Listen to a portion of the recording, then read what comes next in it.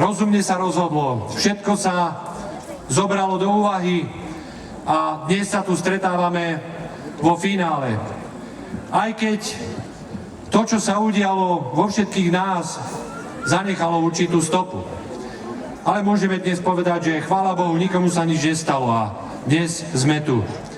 A preto mi dovolte, aby som tu pred vami všetkým poďakoval. Horským záchranárom, všetkým hasičom, dobrovoľným, ale aj tým profesionálnym, aj iným pracovníkom rôznych organizácií za obetavú prácu. Áno, patrí veľký potlesk. Veľký potlesk.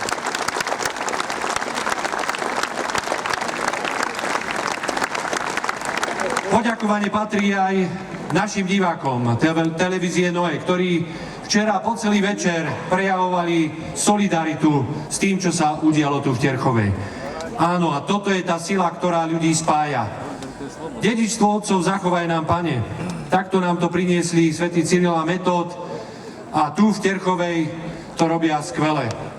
Zachovávanie si tradícií našich otcov, matiek, našich praotcov, pramaterí, to je to, čo nás robí Slovákmi. Preto mi dovolte, aby som aj pri tejto príležitosti už po 7. krát si uctil ľudí, ktorí neúnavne na úkor svojho voľného času sa venujú práve dedičstvu našich otcov. Folklórnym tradíciám, uchovávaním, rozvíjaním týchto tradícií a odovzdávaním ďalším generácií. V tomto prípade to bude ocenený z nášho regiónu Orava. Orava, ktorú ste tu mali pred chvíľou možnosť vidieť. Tá dynamická, tá krásna, rozohratá skupina, ktorá tu tancovala. A mnohí iní, ktorí sa venujú folklóru na Orave. V tomto prípade to bude pán Ľubomír Jarolín, dlhoročný umelecký vedúci, tanečný pedagóg, choreograf folklórneho súboru Orava. Áno, patrí mu veľký potlesk.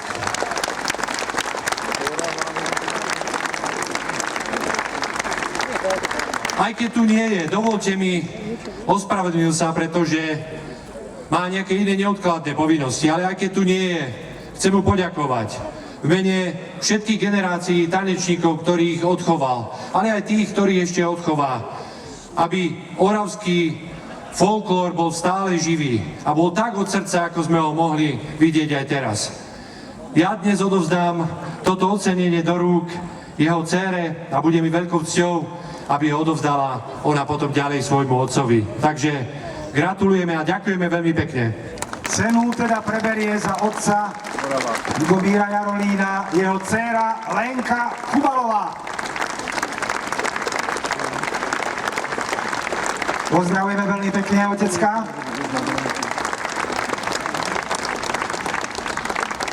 Chcete mu niečo odkázať, povedať, alebo týmto divákom, ktorí jemu a samozrejme v tom prípade aj vám tlieskajú? Ja by som chcel poďakovať za toto ocenenie a od ocina odovzdávam srdečné pozdravy. Ďakujeme veľmi pekne a ešte raz srdečne blahoželáme. Ľubomír Jarolín, ďakujem veľmi pekne predsedovi Žilinského samosprávneho kraja, nášmu županovi za odovzdanie ocenenia. Blahoželáme, ďakujeme veľmi pekne. Ešte raz odprevádime dcéru Lenku Kubalovú potleskom, by pozdravila, odovzdala vrúcne pozdravy svojmu ockovi. A teraz mi dovolte už privítať predsedu Matice slovenskej Mariana Tkáča, pretože prichádza prezentácia knižky, ktorá vznikla, alebo jej vydanie zabezpečila Matica Slovenská v spolupráci so Žilinským samosprávnym krajom.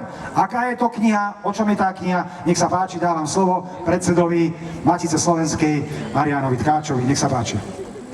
Dobrý deň, drahí priatelia. Poviem Slovenka aj Slováci, keď nás pozerajú aj Moravania, aj Česi. V tomto najslovenskejšom kraji sa narodilo nekonečné množstvo vzácnych osobností. Začnem Juraj Turzo. Budem pokračovať, aby som nikoho nevynechal. Andrej Hlinka. Pavol Orsak Viezdoslav.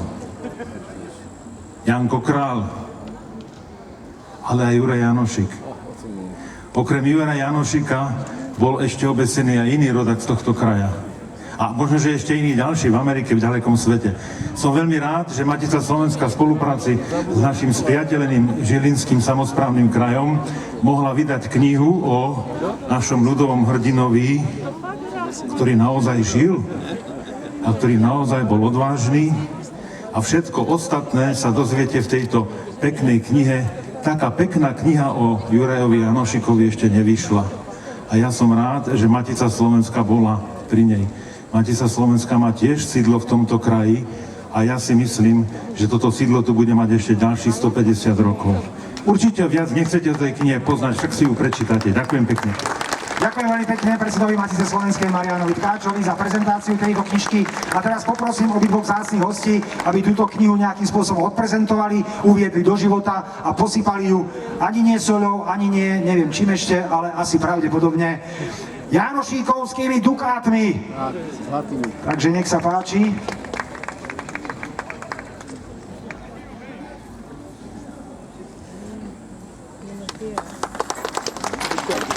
Tak nech Janošíková legenda žije na veky.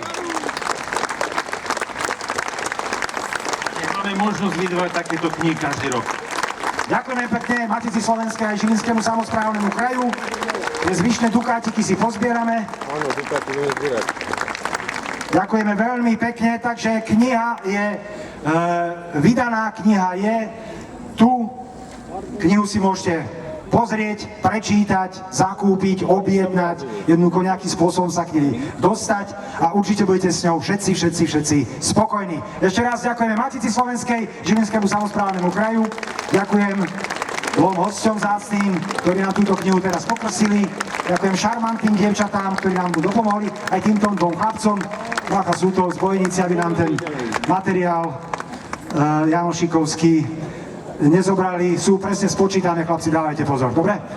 Ďakujeme veľmi pekne. Takže, vážení priatelia, vzácni hostia, prvá časť programu, tá folklórna, sa skončila, uzavrela a teraz príde na rad tak trošku iný druh hudby a iný druh muziky. Ale aj tu platí zásada, o ktorej som hovoril už na začiatku, že všetci účinkujúci, aj tie kapely, aj jednotlivci majú nejaké väzby so Žilinským, našim Žilinským krajom. Na úvod sa nám predstaví